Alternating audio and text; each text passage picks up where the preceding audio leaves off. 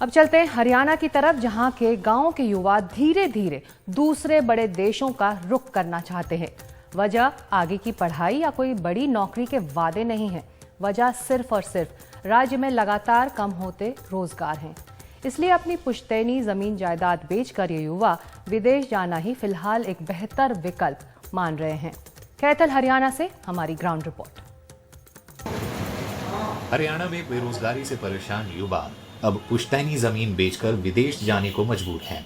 Bus stand और बसों के ऊपर बैठे ये परीक्षार्थी बता रहे हैं कि यहाँ रोजगार के कितने अवसर हैं।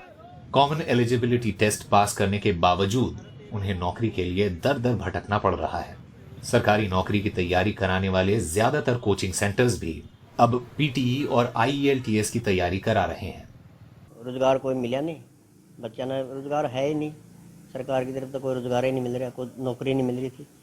इस हिसाब से जब बच्चा ने फिर अपना बाहर जाने की हमारे पे भी दबाव डाला, भाई हम तो बाहर ही जावांगे।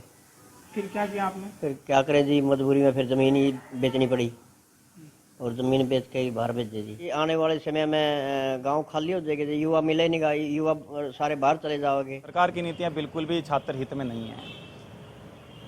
क्यों नहीं है? क्यों नहीं है?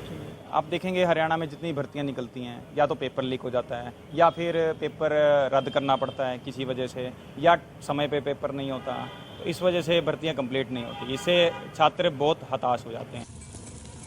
हरियाणा के ग्रामीण इलाकों के ज्यादातर युवा सेना में जाना चाहते हैं, लेकिन अग्निवीर भर्ती योजना और कोरोना काल में भर्ती न होने से वे उम्र दराज हो गए हैं।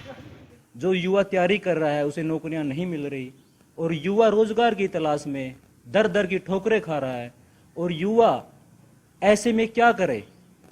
कहीं दूसरा पक्ष कैसे ना रखे तो क्या करे? रोजगार की तलाश में अगर बाहर ना जाए तो क्या करे?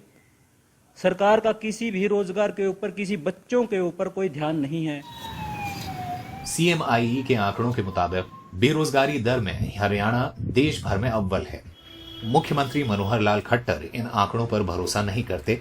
हालांकि हरियाणा के युवा अब पलायन को मजबूर हैं। हरियाणा से सुनील रवीश की रिपोर्ट, NDTV इंडिया के लिए। और इसी साल जनवरी में रिलीज हुई CMIE यानी कि centre for monitoring Indian economy की डेटा बता रही है कि हरियाणा में सबसे ज्यादा बेरोजगारी है, 37.4%। उसके बाद नंबर आता है राजस्थान का, जहां ये दर 28.5% है। दिल्ली में 20.8%, बिहार में 19.1% और झारखंड में 18%, जबकि पूरे देश का अनएम्प्लॉयमेंट रेट है 8.3%। यानी हरियाणा को अगर अपने युवाओं का पलायन रोकना है तो रोजगार के साधन उपलब्ध कराने के लिए राज्य सरकार को तुरंत कुछ ठोस नीतियां तैयार करनी ही होंगी।